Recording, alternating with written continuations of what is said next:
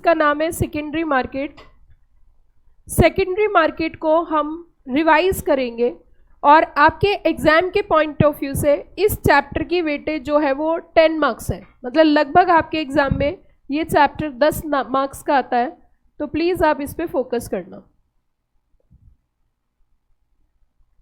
Yes, अभी जो chapter मैंने स्टार्ट किया है उस चैप्टर का नाम सेकेंडरी मार्केट इन इंडिया है।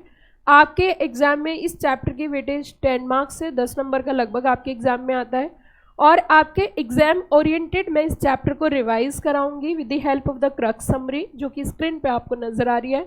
बहुत अच्छे तरीके से आप इसे रिवाइज अगर कर लेते हो और 3 बार अगर इसी सेम कंटेंट को रिवाइज कर लेते हो, 3 टाइम इसी वीडियो को रिवाइज कर लेते हो, तो फिर अलग से आपको कुछ भी करने की ज़रूरत नहीं है।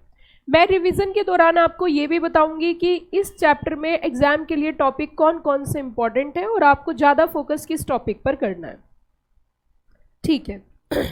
तो अब अगर हम आगे बढ़े इसमें, तो सबसे पहले सेकेंडरी मार्केट इन इंडिया की अगर हम बात करें तो सेकेंडरी मार्केट में इन्होंने कहा कि आपके 3 ऐसे रेगुलेशंस, 3 ऐसे एक्ट हैं जो कि सेकेंडरी मार्केट पे लागू होते हैं। पहली चीज, क्योंकि कंपनी ही, अगर हम सेकेंडरी मार्केट की बात करो तो कंपनी क्या कर रही है, मार्केट से फंड रेज कर रही है। ओके, मार्केट की अगर हम बात करें 2 तरीके की मार्केट होती है, one is a primary market and second one is a secondary market. Primary market की अगर हम बात करें तो प्राइमरी मार्केट में कंपनी डायरेक्टली फंड रेज करती है और सिक्योरिटीज इशू करती है। सेकेंडरी मार्केट में वही सिक्योरिटीज जब इशू हो जाती है तो उनकी ट्रेडिंग होती है with the help of the stock exchange. अब देखिए यहाँ पे क्या कहता है कि जो इंडियन सिक्योरिटीज मार्केट है, अगर हम इंडियन सिक्योरिटीज मार्केट की बात करें तो उसको रेगुलेट करने के लिए आपके सामने 3 एक्ट हैं। 3 कौन से एक्ट है ये जरा समझिए। सबसे पहले सेबी एक्ट है। सेबी एक्ट का मेन ऑब्जेक्ट है to protect the interest of investor, to regulate the securities market, to develop the securities market, to regulate the intermediaries, to educate the investors। तो ये जो सेबी एक्ट है इनका ब्रॉड ऑब्जेक्टिव है, ये इन्वेस्टर के राइट को हर तरीके से क्या करते हैं, प्रोटेक्ट करते हैं। दूसरा पिक्चर में आता है हमारा SCRA। SCRA की अगर मैं बात करूँ, SCRA is securities contract regulation act 1956 है। SCRA का मेन ऑब्जेक्ट है जितनी भी स्टॉक एक्सचेंजेस हैं उनको रेगुलेट करना, उनके लिए नियम बनाना, उनका रजिस्ट्रेशन करना और उनको कंट्रोल करना। तीसरा हमारा कंपनीज एक्ट है। कंपनीज एक्ट की अगर हम बात करें तो कंपनी को इनकॉर्पोरेशन से लेके कंपनी को चलाने तक, कंपनी को फंड रेज करने तक और कंपनी को बंद करने के लिए जो हमारा कानून है उसका नाम क्या है बच्चों, कंपनीज एक्ट। अब आगे चलते हैं। हमारे देश के अंदर सबसे पुराना, even not in India but in the Asia, oldest stock exchange है BSE, बॉम्बे स्टॉक एक्सचेंज। की कहानी अगर मैं आपको बताऊं तो एक बनियान ट्री के नीचे बैठ के पहले ट्रेडिंग होती थी, जबकि अनऑर्गेनाइज्ड और प्रॉपर कोई रेगुलेशन हमारे देश के अंदर नहीं थी। जब हमारा देश आज़ाद हुआ तो एक एक्ट आया, SCRA एक्ट 1956, जिसके तहत जितने भी स्टॉक एक्सचेंजेस थे, स्टॉक एक्सचेंज के फॉर्म में काम कर रहे थे, उनको अब कॉर्पोरेट फॉर्म में काम करना पड़ेगा, जिसका नाम दिया गया कॉर्पोरेटाइजेशन। अभी तक वो अनरेगुलेटेड, अनऑर्गेनाइज तरीके से काम कर रहे थे, लेकिन 1956 के बाद वही तमाम स्टॉक एक्सचेंजेस जिस भी तरीके से काम कर रहे हैं उन्हें कंपनी के फॉर्म में ही काम करना पड़ेगा। तो इट मीन्स अगर BSE की बात करें तो बॉम्बे स्टॉक एक्सचेंज सबसे पुराना स्टॉक एक्सचेंज है। NSE एस्टेब्लिश हुआ इन द ईयर 1993 और इलेक्ट्रॉनिक प्लेटफॉर्म और डिमेटलाइजेशन कॉन्सेप्ट को लेके अगर मैं आपको बात करूँ, यहाँ पे थोड़ा सा लिंक करूँ 1991 से। एक्चुअली 1991 में हमारे यहाँ पे पॉलिसीज आई थी, लिबरलाइजेशन, प्राइवेटाइजेशन और ग्लोबलाइजेशन। जब वो पॉलिसीज आई थी तो उन पॉलिसीज आने के बाद हमारे देश के अंदर एक बड़ा चेंज आया था, बड़ा बदलाव हुआ था और नए नए एक्ट भी पिक्चर में आए थे, जिसमें से मैं आपको एक नाम बता सकती हूँ जो इकोनॉमी को और फॉरेन एक्सचेंज की ट्रेडिंग को रेगुलेट करने के लिए जो कानून बना, that is to be FEMA. उसी के साथ 1992 में आपने देखा सेबी एक्ट भी आया, ठीक है। तो इट मीन्स उस टाइम पे क्या था कि 1991 के अंदर कंपटीशन एक्ट भी, फिर 2000 में बहुत सारे कानून ऐसे थे जो हम लेकर आने पड़े क्योंकि हम ग्लोबलाइजेशन को अचीव करना चाह रहे थे। तो उसके लिए कहीं ना कहीं 1992 क्या कह रहा है कि Indian stock market transparent, efficient और ग्लोबली इंटीग्रेटेड, ये यही कहना चाह रहा था ग्लोबलाइजेशन, ताकि कोई भी फॉरेनर इन्वेस्टर अगर इंडिया के अंदर इन्वेस्टमेंट करता है इधर इन FPI और इन FDI, तो इंडिया के अंदर प्रॉपर नॉर्म्स रेगुलेशंस होने चाहिए, रेगुलेटर होना चाहिए, ये नहीं कि सब अपनी मनमर्जी से कुछ भी करें। फिर बच्चों आगे हम नेक्स्ट क्रक्स की ओर चल रहे हैं, ये है हमारा stock market and its operation. Stock exchange को रेगुलेट करने के लिए आप मुझे फटाफट से बता दो देश के अंदर कौन सा कानून है, क्योंकि मैं डिटेल में नहीं पढ़ा रही, मैं आपको शॉर्ट फॉर्म में रिवाइज करा रही हूँ ताकि एग्जाम के लिए आपका बेनिफिट हो। तो stock exchange is regulated platform for trading securities. लेकिन मुझे सीधा सीधा बताओ स्टॉक एक्सचेंज को रेगुलेट करने के लिए कौन सा एक्ट है? Come on, fast reply. That is to be SCRA act 1956। अच्छा, उसी के साथ साथ जब भी कभी हम बात करते हैं it ensures liquidity, fair valuation, investor protection, capital mobilisation. अगर मैं आपकी बात करूं कि हम जब सेकेंडरी मार्केट की बात कर रहे हैं तो स्टॉक एक्सचेंज पर शेयर्स को क्यों ट्रेड कराया जाता है, या स्टॉक एक्सचेंज पर क्यों लिस्टिंग कराती है कंपनी अपनी सिक्योरिटीज को? The main object is to be liquidity, fair valuation और इन्वेस्टर प्रोटेक्शन एंड साथ में कैपिटल मोबिलाइजेशन। अब सुनिए जरा, इंडिया के अंदर 2 ऐसे स्टॉक एक्सचेंजेस हैं जो नेशन वाइड ट्रेडिंग टर्मिनल्स रखते हैं, that is the BSE and साथ में NSE। उसी के साथ साथ विद डीम्यूटलाइजेशन बच्चों आप इसमें लिख भी सकते हो, SCRA एक्ट में डिटेल में पढ़ाया गया है, जो कि इसी सब्जेक्ट के अंदर है। डीम्यूटलाइजेशन का मतलब होता है जो ऑनर्स हैं उनको मैनेजमेंट से सेपरेट करना, इसे तो बोलते हैं डीम्यूटलाइजेशन। और जितने भी नॉन प्रॉफिट ऑर्गेनाइजेशन में या अनऑर्गेनाइज फॉर्म में जो स्टॉक एक्सचेंज चल रहे थे उनको ऑर्गेनाइज में कन्वर्ट करना, मतलब कंपनी के फॉर्म में कन्वर्ट करना, उसे बोलते हैं कॉर्पोरेटाइजेशन। ठीक है, उसके बाद इलेक्ट्रॉनिक ट्रेडिंग, ग्लोबल इंटीग्रेशन, ये सब चीजें हमारा नया इंफ्रास्ट्रक्चर तैयार हुआ। अब हम रेगुलेटर की बात कर लेते हैं। जल्दी से बता दीजिए रेगुलेटर कौन कौन है। तो सबसे पहले रेगुलेटर की अगर हम बात करें तो एक्ट हमारे पिक्चर में सेबी एक्ट है। सेबी का मेन ऑब्जेक्ट है to protect the interest of investors and to regulate the securities market, to develop the securities market, to educate the investors and to regulate the intermediaries. जितनी तमाम intermediaries जो भी securities market में काम करती है उनको रेगुलेशन के लिए सेबी ने अपने नियम बना रखे, रेगुलेशंस बना रखे, जिनके तहत उन्हें रजिस्ट्रेशन करके तभी वो कोई भी काम कर सकती है, चाहे वो प्राइमरी मार्केट इंटरमीडियरी हो चाहे वो सेकेंडरी मार्केट हो। प्राइमरी मार्केट जैसे कि मर्चेंट बैंकर है आपका, अंडर राइटर्स है, ये तमाम जितने भी प्राइमरी मार्केट इंटरमीडियरीज हैं इनको पहले सेबी से रजिस्ट्रेशन कराने, उसके बाद वो इस तरीके के काम कर सकते हैं। चाहे हम सेकेंडरी मार्केट की बात करें, स्टॉक ब्रोकर है, DP है, ये सब जो है सेबी से रजिस्ट्रेशन कराते हैं और उनके लिए अलग नियम दिए गए हैं। सेबी का एकमात्र उद्देश्य to protect the interest of investors, और जो भी इन्वेस्टर्स के राइट को प्रोटेक्शन से छीनेगा या किसी भी तरीके से हानि क्षति पहुंचाएगा तो ऐसी स्थिति में से भी वहां पे कठोर कदम उठाकर उनको सजा तक दे सकती है। आगे अगर हम देखें तो दूसरा कानून हमारे सामने आता है, that is to be companies act. Obvious सी बात है, जब कंपनी इनकॉर्पोरेट होती है तो कंपनीज एक्ट के तहत अगर कंपनी फंड रेज करेगी in the form of shares, in the form of debentures, prospectus issue करेगी, कंपनीज एक्ट के अंदर नियम दिए गए, सेक्शन 23 से लेकर 42 तक के जो सेक्शन है वो प्रॉपरली सिर्फ इसीलिए बनाए गए हैं ताकि हम जब भी कभी मार्केट से फंड रेज करें तो नियम के तहत कर सके। और मैं आपको और बता देती हूं कि कंपनीज एक्ट में इस तरीके की चीजें भी है कि अगर प्रोस्पेक्टस इशू किया और इन्वेस्टर से फंड रेज कर रहे हैं, झूठी बातें कंसील कर रहे हैं, कुछ छुपा रहे हैं, सच्चाई नहीं बता रहे, तो ऐसी स्थिति में एक्सपर्ट के साथ साथ जो इन्वॉल्व डायरेक्टर्स थे उनके अगेंस्ट 447 सेक्शन लेवी हो जाता है और उसके तहत उनको सजा तक हो सकती है। तो कंपनीज एक्ट का तो ये रोल रहा। दूसरा अगर हम बात करें, जब भी कभी कोई भी कंपनी फंड रेज करती है और मार्केट में शेयर्स इशू करती है तो ऐसी स्थिति में यहाँ पे ICDR रेगुलेशन सेबी के पिक्चर में आ जाते हैं। ICDR रेगुलेशंस का पालन करते हुए ही आप मार्केट से फंड रेज कर सकते हो। तो ये तमाम चीजें हमने सेबी की बात करी, कंपनीज एक्ट की बात करी, SCRA एक्ट जैसे कि आप सभी बच्चे जानते ही हो। SCRA एक्ट का मेन ऑब्जेक्ट है जितने भी स्टॉक एक्सचेंजेस उनको कॉर्पोरेटाइजेशन, डिविटाइजेशन, रेगुलेशन करना, रजिस्ट्रेशन करना, लाइसेंसिंग, ये तमाम चीजें इसमें दी गई हैं। फिर अगर हम डिपॉजिटरीज एक्ट की बात करें तो देखो डिपॉजिटरीज एक्ट भी 1996 में आया। अगर डिपॉजिटरीज एक्ट की हम बात करें तो हमारा जो डिपॉजिटरीज एक्ट है वो कौन सी ईयर में आया, दैट इज टू बी 1996। और 1996 में क्यों आया, क्योंकि आपने देखा होगा जो सेबी एक्ट था हमारा, जो सेबी एक्ट था बेसिकली सेबी एक्ट हमारा आया 1992 में। जब सेबी एक्ट हमारा 1992 में आया बच्चों, तो अब यहाँ पे इन्होंने कहा कि अब ऐसे काम नहीं चल सकता। कि क्यों नहीं चल सकता, क्योंकि सिंपल सी बात है, आपको अब जो है इलेक्ट्रॉनिक फॉर्म में ट्रेडिंग करनी ही पड़ेगी। अगर आप इलेक्ट्रॉनिक फॉर्म में ट्रेडिंग नहीं करोगे तो इन दैट सिचुएशन अब आप ग्लोबलाइजेशन अचीव नहीं कर सकते। तो इसीलिए कौन सा एक्ट लेके आए, that is to be depositories act 1996। थोड़ा सा आगे चलते हुए अब थोड़ा सा ट्रेडिंग मैकेनिज्म समझ लेते हैं। अगर ट्रेडिंग मैकेनिज्म की हम बात करें तो आपने देखा यहाँ पे पहले T+2 का सिस्टम था, transaction +2 working days, but right now इसको चेंज करके अब T+1 आ गया, ट्रांजैक्शन +1 डे। जैसे कि आप जानते हो हमारे यहाँ पे क्लियरिंग कॉर्पोरेशन सेटलमेंट की गारंटी देती है। NSE और BSE दोनों की अपने अपने क्लियरिंग हाउसेज है जो इस बात की गारंटी देती है कि आपका सेटलमेंट होगा जरूर। सेटलमेंट का मतलब क्या होता है कि आप जिसने शेयर खरीदे हैं उसके अकाउंट में शेयर आने चाहिए, जिसने पैसे लेने हैं, जिसने बेचे हैं, उनके अकाउंट में पैसा जाना चाहिए। तो इस तमाम प्रक्रिया में सेटलमेंट में पहले समय जो T+2 था, अब T+1 है, 1 वर्किंग डे है, और आगे ट्रायल जारी है T+0 पे। ठीक है, उसी के साथ साथ आगे हम चलते हैं। Dematerialisation is mandatory for all listed and many unlisted companies. Dematerialisation का मतलब होता है कि आपके सिक्योरिटीज जो है वो इलेक्ट्रॉनिक फॉर्म में रहेंगी। किस फॉर्म में बताया मैंने? इलेक्ट्रॉनिक फॉर्म में आपको कन्वर्ट करनी पड़ेंगी, इलेक्ट्रॉनिक फॉर्म में ही आपको फैसिलिटी देनी होगी। Investor and company insiders must dematerialise holding before issuing और transferring securities.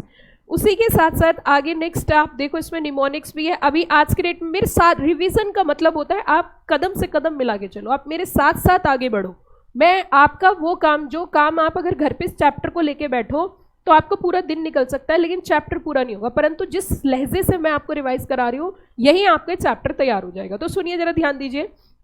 T+1 T+0 settlement.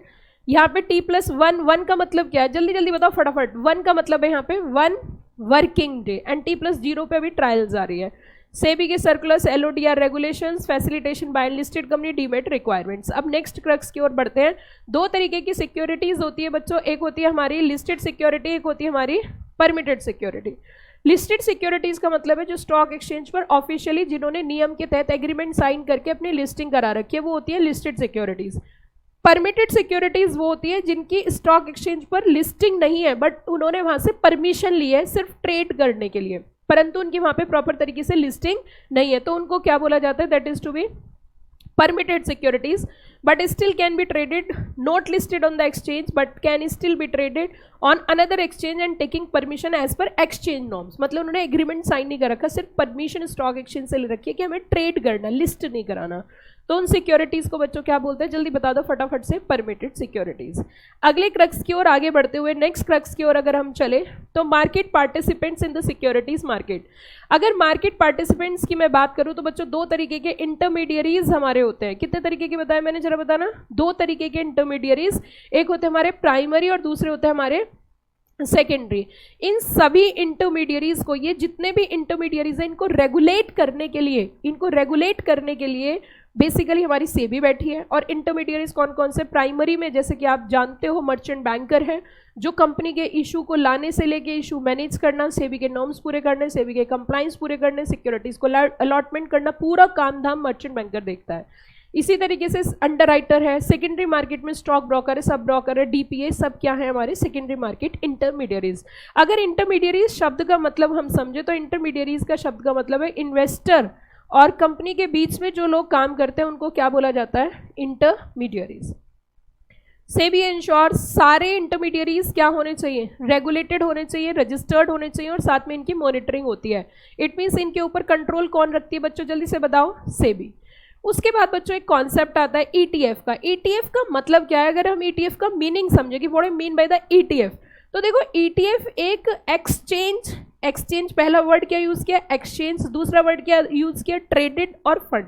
तो ये क्या है? एक्सचेंज ट्रेडेड फंड है। इसमें बेसिकली अगर हम बात करें तो यहाँ पे इनको क्या किया जाता है? कोई भी इंडेक्स या क्लास ऑफ एसेट्स के बेसिस पर इनकी वैल्यूएशन होती है, and that mirror the performance of N underlying index और एसेट क्लास। ईटीएफ के यूनिट्स के बाय और सेल इन्वेस्टर एक्सचेंज पर करते हैं, खरीद भी सकते हैं और साथ में बेच भी सकते हैं, ठीक है। और ईटीएफ की मार्केट लिक्विडिटी बनाए रखने के लिए बेसिकली जो ऑथराइज पार्टिसिपेंट्स होते हैं और मार्केट में बेसिकली मार्केट मेकर्स उसमें हेल्प करते हैं। अब मैं थोड़ा सा ना एक सिंपल सा आपको एग्जांपल दे रही हूँ। मान लीजिए हमने निफ्टी 50 ईटीएफ लिया। निफ्टी 50 मतलब जो निफ्टी 50 है उसके बेसिस पर हमने ईटीएफ खरीदा। अब जो ईटीएफ है, ईटीएफ को कोई एएमसी नहीं मैनेज करी। एएमसी मतलब कोई एसेट्स मैनेजमेंट कंपनी नहीं मैनेज करती। एएमसी जो है निफ्टी 50 की जो कंपनीज हैं उनके शेयर आप ईटीएफ की जगह इशू कर रहे हो, मतलब वो शेयर्स ले लिए उसकी जगह ईटीएफ यूनिट्स इशू कर रहे हो। म्यूचुअल फंड में और एक्सचेंज ट्रेडेड फंड में बस ये डिफरेंस रहता है कि म्यूचुअल फंड में भी हम ऐसे ही पैसा लगाते हैं, उसके बदले यूनिट्स इशू करते हैं। तो म्यूचुअल फंड में जो वैल्यूएशन होती है वो एनएवी होती है। एनएवी मतलब नेट एसेट वैल्यू, कि आपने कितने पैसे लगाए और आपकी एनएवी कितनी है शाम को। लेकिन ईटीएफ में क्या होता है? हर टाइम चेंज होती है, वो लगातार पूरे दिन बदलती रहती है। लेकिन म्यूचुअल फंड में पूरे दिन नहीं बदलती, म्यूचुअल फंड में अगले दिन आपको पता चलता है कि एनएवी क्या रही, ठीक है। और ये उतने ही शेयर्स होल्ड करके उसके अगेंस्ट ईटीएफ रखते हैं। अगर शेयर की वैल्यू बढ़ रही है तो ईटीएफ की भी बढ़ रही है, शेयर की वैल्यू डाउन हो रही है तो ईटीएफ की भी हो रही है। इसी तरीके से या तो शेयर के अगेंस्ट हो सकते हैं, गोल्ड के, गोल्ड ईटीएफ भी होते हैं, गोल्ड ईटीएफ भी हो सकते हैं, उतना गोल्ड होल्ड कर लेते हैं, उसके बदले जो है वो परफॉर्मेंस एनालाइज करते रहते हैं। तो ETF are market traded funds that mirror the performance of underlying index asset class. They combine the diversification flexibility of stock trading.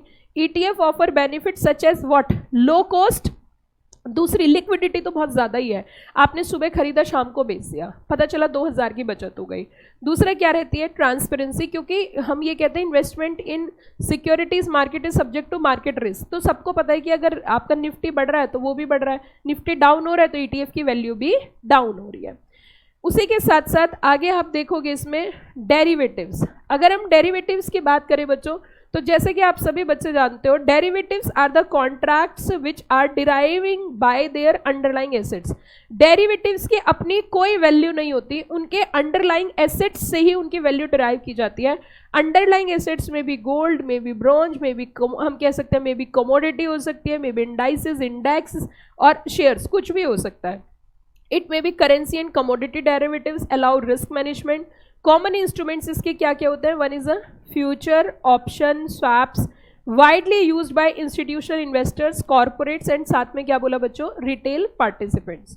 उसी के साथ साथ अगर हम थोड़ा सा स्टेप बाय स्टेप और आगे बढ़े, इसमें धीरे धीरे और आगे चलें, तो आगे हमारा आता है फ्यूचर एंड करेंसी फ्यूचर्स। अगर हम फ्यूचर और ऑप्शन के बीच में डिफरेंस करें तो देखो, फ्यूचर कॉन्ट्रैक्ट्स क्या होते हैं, फ्यूचर में जो कॉन्ट्रैक्ट किया जाता है वो फ्यूचर डेट पर अंडरलाइंग एसेट्स का एंड प्राइस जो है वो प्राइस पहले से ही फिक्स होता है, प्राइस पहले से ही क्या होता है, फिक्स होता है। फ्यूचर में खरीदना और बेचना होता है, या तो एक पार्टी खरीद रही होती है और दूसरी पार्टी बेच रही होती है, लेकिन ये कॉन्ट्रैक्ट होता है। क्या वर्ड यूज किया हमने, एक कॉन्ट्रैक्ट, मतलब यहाँ पे खरीदना और बेचना कंपलसरी होता है। तो एक पार्टी को रिस्क पे रहती है, उसे फायदा भी हो सकता है और नुकसान भी हो सकता है। जैसे मान के चलिए मैंने आपके साथ कॉन्ट्रैक्ट कर लिया कि आज के रेट में हम गोल्ड जो है वो दिसंबर मिलेंगे, तो प्री डिटरमाइंड प्राइस हो गया, फ्यूचर डेट होगी। अब मार्केट में क्या हो सकता है कि दिसंबर में गोल्ड के रेट डाउन भी हो सकते हैं और गोल्ड के रेट हाई भी हो सकते हैं। तो इट मीन्स यहाँ पे जो खरीदेगा, अगर रेट बाहर महंगे और यहाँ सस्ते हैं तो उसे फायदा है और बेचने वाले को नुकसान है। तो इट मीन्स अगर हम बात करें, इन्वेस्टर कैन टेक शॉर्ट और long position based on market view.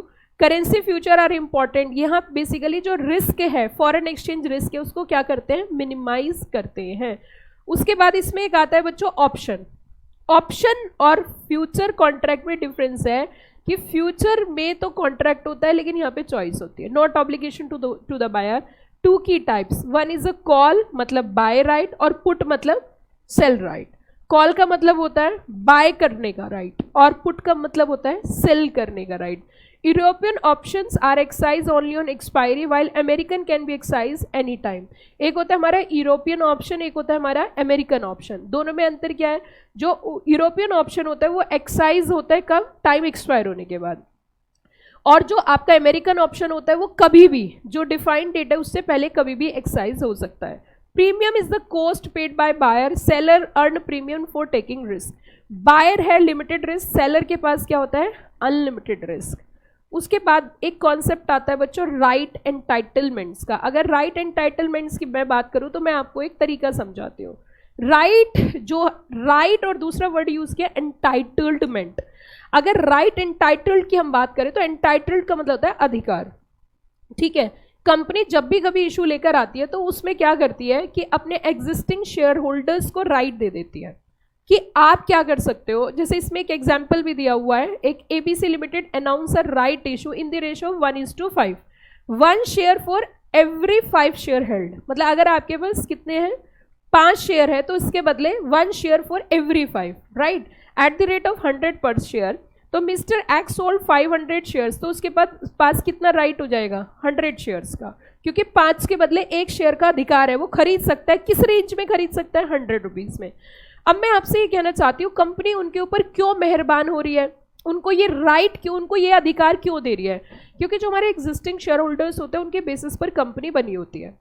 ठीक है, अब तुम नया फंड रेज कर रहे हो तो उनके राइट्स डाइवर्सिफाई हो रहे हैं, है ना। तो in that situation existing share holder को ये अधिकार दिया जाता है। कई बार जो प्रमोटर्स होते हैं ना, उनकी पोजीशन को और मजबूत करने के लिए भी राइट दिया जाता है, राइट एंटाइटलमेंट उनको भी इशू होता है। अब इससे क्या होगा, 3 तरीके होते हैं। मान के चलिए मैं कंपनी में शेयर होल्डर हूँ और मुझे राइट मिला और मुझे 100 शेयर का राइट एंटाइटलमेंट मिला। अब मैं 3 काम कर सकती हूँ, या तो मैं कंपनी से उनके बदले शेयर ले सकती हूँ, मार्केट में बाहर रेट 150 रुपए का है, कंपनी मुझे 100 में दे रही है। Are you got the point. एक तो मैं खुद उस राइट को एक्सरसाइज कर सकती हूँ, एक तो ये तरीका हो गया। दूसरा क्या हो सकता है, मैं उसको फर्दर री अनाउंस कर सकती हूँ, उसे बोलते हैं रेन्यूनिकेशन। मैंने किसी और को ट्रांसफर कर दिया अपना राइट। अब मुझे अब क्या फायदा हुआ, मान के चलिए उसको जो शेयर है मार्केट से मिलेगा 150 में, मैंने उसको बेच दिया 120 में।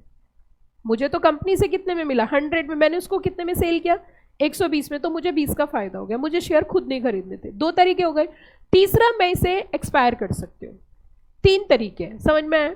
या तो मैं इस ऑप्शन को राइट को एक्सरसाइज कर सकती हूँ, या मैं री अनाउंस कर सकती हूँ, या मैं लैप्स कर सकती हूँ। क्यों दिया जाता है ये मैंने आपको बताया। जनरली कई बार प्रमोटर्स के लिए भी होता है, कंपनी एग्जिस्टिंग शेयर होल्डर्स के लिए भी होता है। उसकी अपनी चॉइस होती है, ये नहीं कि बाउंड है उसे उतने शेयर खरीदने ही खरीदने, उसकी मर्जी है। खरीदना चाहता है तो खरीद सकता है, नहीं खरीदना चाहता तो नहीं खरीद सकता, because it's a right not an obligation. समझ में आया मेरी बात। अब देखिए इधर, राइट गिव्स अ राइट, आगे बोलो मेरे साथ, नॉट एन ऑब्लिगेशन। किसको, existing share holder to subscribe what, new shares under a what, जल्दी बताओ, राइट इशू। एग्जिस्टिंग को ये अधिकार क्यों दिया जाता है, क्योंकि उनके पैसे से ही तुमने कंपनी चलाई है, उनके पैसे से ही तुम कंपनी को आगे लेकर आए हो। Share holder can subscribe fully, partly apply for additional share, और क्या कर सकते हैं इसको, renounce. Unutilised are lapse after issue closing. Renunciation can happen through a stock exchange और through a off market. Right entitlement must be किस में होना चाहिए, that is to be in the demat form. यहां तक कोई दिक्कत किसी बच्चे को। May I proceed for next. आगे चलते हैं बच्चों, ट्रेडिंग प्लेटफॉर्म। अगर ट्रेडिंग प्लेटफॉर्म की मैं बात करूं तो हमारे एनएससी और बीएससी के 2 बोर्ड हैं, एक है मेन प्लेटफॉर्म और एक है स्मॉल प्लेटफॉर्म। जैसे कि मैं आपको अगर बात करूं एसएमई की, अगर हम बीएससी की बात करें तो पहले कॉन्सेप्ट समझ लेते हैं। बीएससी का एसएमई प्लेटफॉर्म है और एनएससी का इमर्ज है। जितने भी छोटे बिजनेसमैन होते हैं और वो कंपनी फॉर्म में वर्क कर रहे होते हैं, लेकिन उनकी अपनी कोई पहचान नहीं होती। अगर उनकी अपनी कोई पहचान नहीं है तो लोग उन्हें पैसे नहीं देंगे। अगर वो कंपनी इशू भी लेकर आएगी तो उनका इशू फ्लॉप हो जाएगा। क्यों, क्योंकि उनको लोग नहीं जानते कि वो कौन है। जितनी ज्यादा पहचान कंपनी की होती है उतने ज्यादा लोग उनसे अट्रैक्ट होते हैं। अब मेरी बात सुनो, मान के चलिए कंपनी अगर मेन प्लेटफॉर्म पे जाती है एनएससी की, तो कंपनी अभी बहुत छोटी है, कंपनी को कंप्लायंसेस कॉस्ट ज्यादा पड़ेगी और कंपनी इतनी फीस और नॉर्म्स फुलफिल नहीं कर पाएगी, क्योंकि मेन स्टॉक एक्सचेंज पे लिस्ट कराने के लिए एलिजिबिलिटी नॉर्म्स ज्यादा है। किसके, सेबी के, आईसीटीआर रेगुलेशन के। तो ऐसी स्थिति में इन्होंने एक ऑप्शन निकाला कि एक काम करते हैं, जो हमारा मेन प्लेटफॉर्म है, जो मेन प्लेटफॉर्म है उस पर छोटी कंपनी अपने आप को लिस्ट नहीं करा सकती। इट्स बेटर हम अपना एक छोटा प्लेटफॉर्म निकाल देते हैं जिसको हम स्मॉल के नाम से रखेंगे, जिसमें स्टार्टअप्स हैं जिनके पास बहुत अच्छे आइडियाज हैं, लेकिन वो फंड ना होने की वजह से अपने आइडिया को एक्चुअलिटी में नहीं कन्वर्ट कर पा रही, या कंपनी अपना एक्सपेंशन चाहती है लेकिन फंड ना होने की वजह से वो अपने आप को एक्सपेंड नहीं कर पा रही। तो ऐसी स्थिति में बच्चों इन्होंने क्या किया है, इन्होंने एक छोटे प्लेटफॉर्म्स बनाए। तो बीएससी का नाम क्या है, एसएमई, और एनएससी का नाम क्या है, एनएससी इमर्ज। तो एक तो मेन प्लेटफॉर्म होते हैं और एक स्मॉल प्लेटफॉर्म होते हैं। क्या कॉन्सेप्ट समझ में आया। अब देखिए आगे क्या है। Main board is a traditional platform for listing equity share, debt instrument of large companies, requiring what, regulatory approvals, prospectus filing, strict compliance. Debt securities like non-convertible debentures can also be listed through public issue. अब इसमें अगर हम देखेंगे बच्चों तो SME platform in India is a special stock exchange. किसके लिए बनाया गया जरा बताना। जितने भी हमारी स्मॉल और हमारी क्या है, मीडियम एंटरप्राइजेज है, access capital market and raise fund, grow comply with regulatory standards, and इनके क्या होते हैं जल्दी बताओ फटाफट, lower compliances burden compare to the main board. BSC SME platform की बात करें, लॉन्च हुआ था कब, 2012 में। BSC SME is the market leader in India and target किसे कर रहा है जल्दी जल्दी बताओ, एंटरप्रेन्योर्स और अनऑर्गेनाइज सेक्टर्स। उसी के साथ listing requirement eight BSc SME platform की अगर हम बात करें तो यहाँ पे ये आपकी रिक्वायरमेंट है कि इतनी आपको रिक्वायरमेंट पूरी करनी है। चाहे वो नेटवर्थ की हो, टेंजिबल एसेट्स की हो, ट्रैक रिकॉर्ड्स की हो, ऑपरेटिंग प्रॉफिट की हो, डिसिप्लिनरी एक्शंस ना हो, ये this one is a crux summary. उसके बाद आप देखोगे इसमें एनएससी इमर्ज प्लेटफॉर्म। एनएससी जो हमारी स्टॉक एक्सचेंज है उनका छोटा प्लेटफॉर्म है, और यहाँ पे जो हेल्प करने के लिए बनाए stock exchange, diversified investors, features क्या हैं, ओपन प्रॉमिसिंग एसएमई और जितने भी टेक्नोलॉजी स्टार्टअप्स हैं जिनके पास आइडिया है लेकिन फंड नहीं है, help improve risk capital access, offer efficient listing, aim good governance, transparency and साथ में क्या बोला, investor protection. This one is a regulatory comparison emerge versus main board. अब हम ये बात करते हैं मेन बोर्ड और इमर्ज के बीच में क्या अंतर है। इमर्ज किसके लिए है, छोटी कंपनीज के लिए।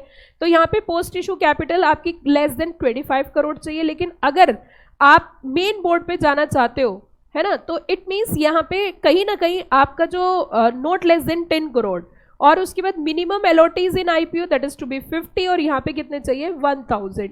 आपका ये DRHP का मतलब होता है ड्राफ्ट रेड हियरिंग प्रोस्पेक्टस। थोड़ा सा मैं इसके बारे में बताना चाहूंगी।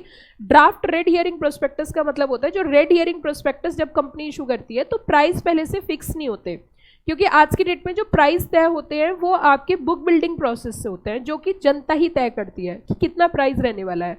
तो कंपनी इशू लाने से पहले जब प्रोस्पेक्टस इशू करती है उसमें पूरा पैसा, प्राइस क्या रहेगा, मतलब किस प्राइस पे सिक्योरिटीज इशू होंगी, ये मेंशन नहीं करती, तो उसके अंदर कम इंफॉर्मेशन होती है। आप इस चैप्टर को पढ़ोगे, जो शेयर कैपिटल वाला चैप्टर है उसके अंदर प्रोस्पेक्टस का टॉपिक है, वहां पे डिस्कस किया जाएगा। लेकिन अभी के लिए मैं बता रही हूँ कि रेड हियरिंग प्रोस्पेक्टस वो प्रोस्पेक्टस होता है जिसके अंदर कंप्लीट इंफॉर्मेशन इशू की नहीं होती, जैसे कि प्राइस और क्वांटम मेंशन नहीं होता, बस कंपनी बताती है कि हम अपना इशू लाने वाले हैं। और कंपनी क्यों नहीं बता सकती पहले से प्राइस, क्योंकि कंपनी को भी नहीं पता। प्राइस कौन तय करेगी, जनता तय करेगी बुक बिल्डिंग प्रोसेस पर। Got the point everybody. IPO underwriting 100% चाहिए, market capitalisation no restriction, IPO application size not less than 1 lakh. उसके बाद यहाँ पे अगर चले financial reporting half yearly, market making mandatory. फिर उसके बाद अगर हम थोड़ा सा आगे बढ़ेंगे, this one is a very short summary. SME platform किसके लिए, एक लाइन में बता दो जल्दी से, एसएमई किसके लिए होता है, ग्रोइंग और स्मॉल बिजनेस के लिए, है ना। और ट्रेडिशनल एसएमई, वाइल एनएससी के नाम का, एनएससी के छोटे वाले प्लेटफॉर्म को क्या बोलते हैं, इमर्ज। और इसमें सबसे बड़ा फायदा क्या है, जल्दी जल्दी बताओ। पहला, lower compliances, easier access to capital, mandatory market making, make them attractive effective startups. उसके बाद आईजीपी की बात करें, इनोवेटर ग्रोथ प्लेटफॉर्म। ये जितने भी टेक्नोलॉजी इंटेंसिव है, इनोवेटिव कंपनीज हैं, स्टार्टअप्स हैं, रिसर्च बेस्ड बिजनेस हैं जिनमें रिसर्च की जाती है, उनके लिए बेसिकली डिजाइन किया गया। जैसे कि एग्जांपल है biotechnology startup backed by VC, VC मतलब venture capitalist, and FPI foreign portfolios holding strong IP right and research development can raise capital by listing. कहाँ पे लिस्ट कर सकते हैं, आईजीपी। मतलब नाम ही देख लो, इनोवेटर मतलब to do something new, growth मतलब उनके पैसे के लिए, प्लेटफॉर्म मतलब प्लेटफॉर्म आप जानते ही हो, एक प्रॉपर कहीं पर उनको जगह मिलना। उसके बाद इसमें आप देखोगे नेक्स्ट कॉन्सेप्ट आपके सामने आएगा social stock exchange. Social stock exchange के बारे में मैंने आपको पहले भी बताया था कि अगर हमें किसी को दान देना है तो हम राह चलते व्यक्ति को कभी भी ज़्यादा बड़ी अमाउंट दान नहीं दे सकते। इसीलिए एनजीओ और एनपीओ जो हैं, अगर वो बड़े लेवल पर फंड रेज करना चाहती हैं दान के रूप में, तो उन्हें अपनी ट्रांसपेरेंसी बढ़ानी होगी, उन्हें अपना नाम बढ़ाना होगा, उन्हें अपनी पहचान बढ़ानी होगी, उन्हें लोगों का ट्रस्ट जीतना होगा। तो जो एनजीओ एनपीओ अपने आप को सोशल स्टॉक एक्सचेंज पर लिस्ट करा लेती है, तो वहां पे उन कंपनी के प्रति जितने भी डोनर्स होते हैं उनका विश्वास और मजबूत हो जाता है। क्यों? क्योंकि अगर कोई कंपनी स्टॉक एक्सचेंज पर लिस्टेड है तो इसका मतलब ये बात है वो लॉ कंप्लाइंट कंपनी है, वो नॉर्मल कंपनी नहीं है, वो कंप्लाइंसेस फॉलो कर रही है, वो कंप्लाइंट है। इसीलिए उसको स्टॉक एक्सचेंज ने परमिशन दी है कि आप हमारे यहाँ पे लिस्ट करा सकते हो। तो सोशल स्टॉक एक्सचेंज का कॉन्सेप्ट हिंदुस्तान के अंदर बहुत नया है, बहुत पुराना नहीं है। सोशल स्टॉक एक्सचेंज का मेन ऑब्जेक्टिव यही है कि जो भी कंपनी नॉन प्रॉफिट ऑर्गेनाइजेशन आपकी स्टॉक एक्सचेंज पर लिस्ट करेंगे और इसके बाद वो इजीली जनता से काफ़ी अच्छे अमाउंट में पैसा रेज कर सकती है। तो देखिए इन्होंने यहाँ पे क्या बोला, NPO focused on education skill development in rural SC ST women can register SSC bye issuing क्या, 0 कूपन कन्वर्टेबल बॉन्ड्स, है ना। उसी के साथ zero coupon, zero principal instrument to raise 1 crore from investor who want to support rural livelihood and without expecting return. अगर यहाँ पे वही कहानी होती है कि नेकी कर और दरिया में डाल, लेकिन हर कंपनी को स्टॉक एक्सचेंज पर लिस्टिंग नहीं मिलती। सोशल स्टॉक एक्सचेंज पर लिस्ट कराने के लिए उन्होंने अपना एक क्राइटेरिया दे रखा है और बता रखा है कि आपको फंड कहाँ कहाँ पर लगाना है, तो ही आपको परमिशन मिलेगी कहाँ पर, स्टॉक एक्सचेंज पर।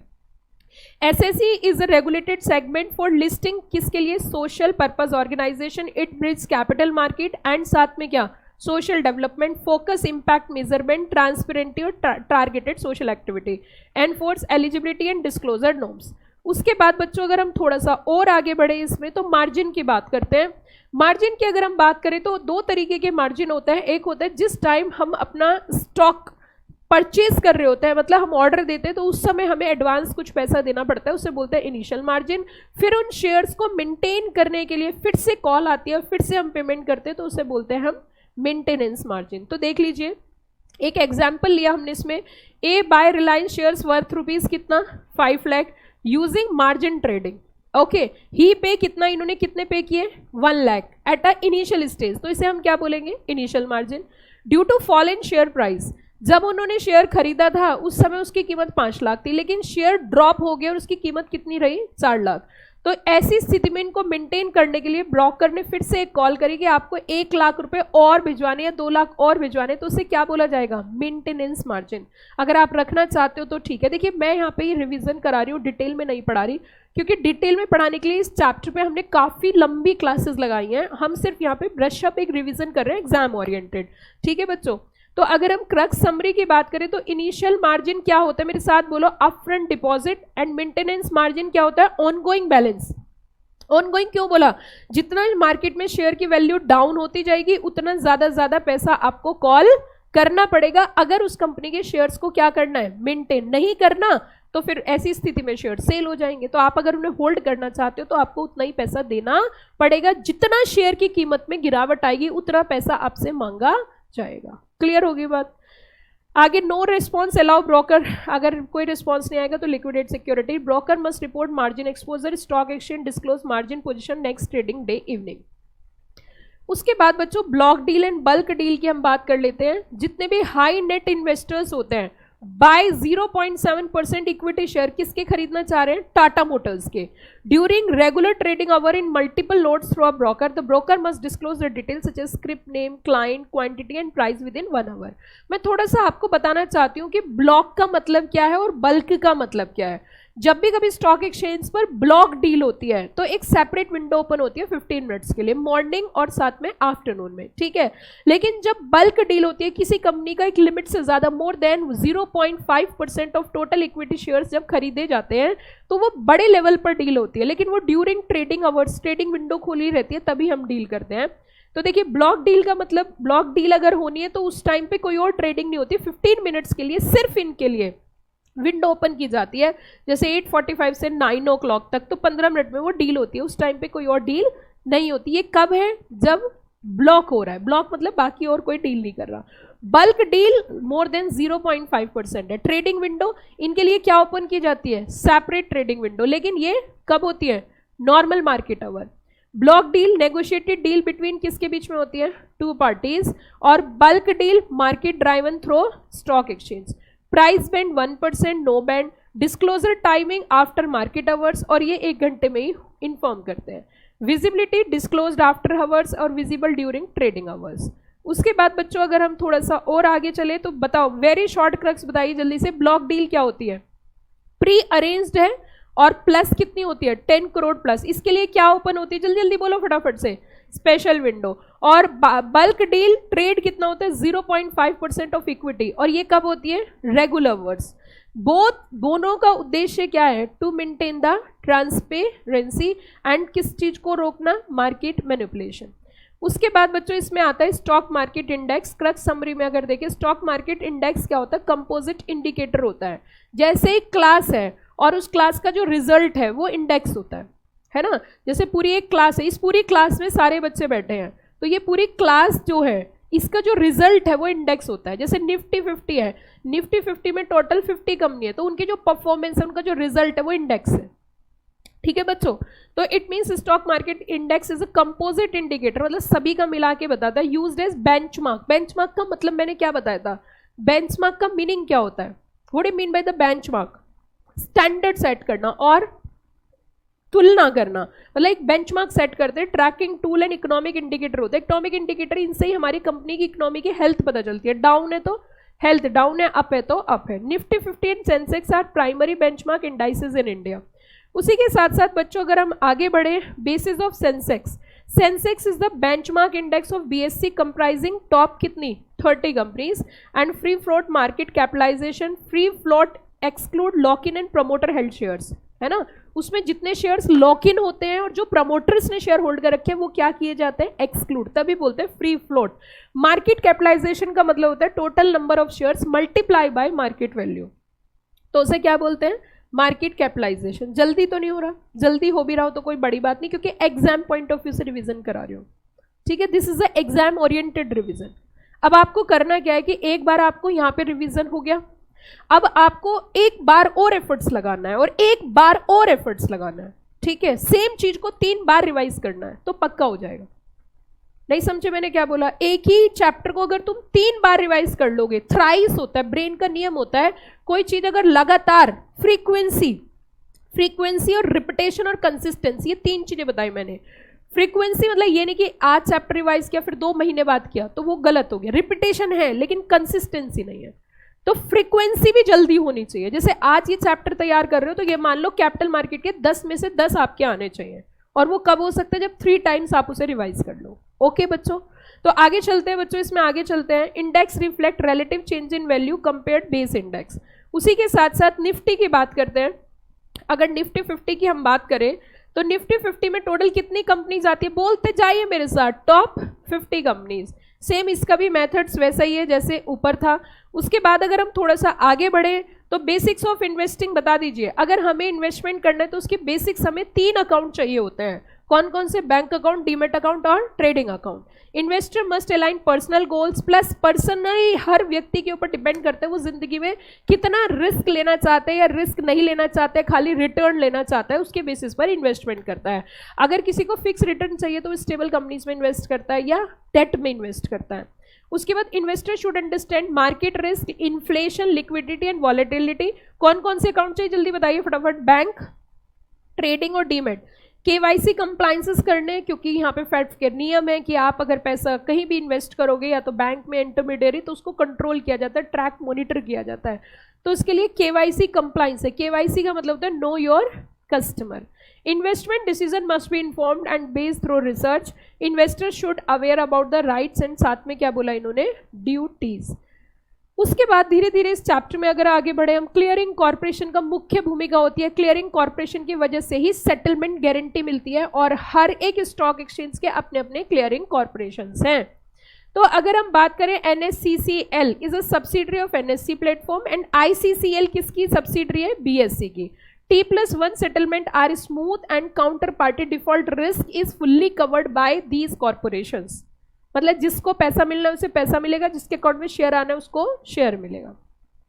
Clearing corporation is a clearing settlement collateral and risk management of trade. Section 8A of SCRA permit stock exchange to transfer clearing function to such corporations.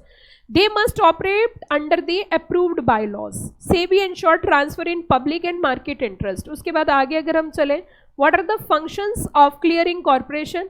तो बताइए क्या है, clearing trade, legal transfer, enforcing bylaws, acting counter party, risk management करते हैं, settlement में help करते हैं, T+1 को फॉलो करवाते हैं, ट्रांसपेरेंसी एंड ट्रस्ट। उसके बाद बच्चों हम आगे आएंगे मार्केट सर्विलेंस में।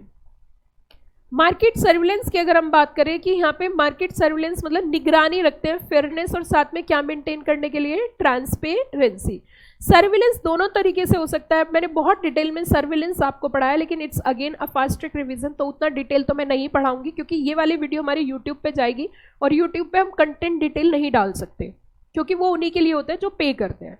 तो ये वीडियो जो मैं आपको भी रिवीजन करा रही हूँ ये आपके रिवीजन के बाद ही आज ही आपके यूट्यूब पर विजिबल हो जाएगी। आप चाहो इसे मल्टीपल टाइम रिवाइज कर सकते हो बिना टाइम वेस्ट करे, ठीक है। तो ये एक थोरो रिवीजन है, ये एक फास्ट ट्रैक रिवीजन है, ये सिर्फ आप लोगों के लिए इसलिए रिवाइज कराया जाता है ताकि बच्चों के ऊपर बर्डन ना आए और बच्चे ना कॉन्फिडेंस फील कर सके। आप इस चैप्टर को लेके बैठ जाना और आप खुद से इसे रिवाइज करना, पूरा दिन आपका निकल जाएगा। लेकिन यहाँ पे क्या होगा कि अब आपको कॉन्फिडेंस आ जाएगा, जैसे मैं रिवाइज करा दूंगी तो आपको ऐसा लगेगा कि यार ये तो वन शॉट मेरा क्या हो गया, रिवाइज हो गया, ठीक है। और इसकी वेटेज मैंने कितनी बताई, 10 नंबर है, जिसमें 10 नंबर में से आपको इंपॉर्टेंट पॉइंट्स, इंपॉर्टेंट टॉपिक्स मैंने अलग से सजेस्ट कर रखे कि इस चैप्टर के सब इंपॉर्टेंट है दिसंबर और जून के हिसाब से।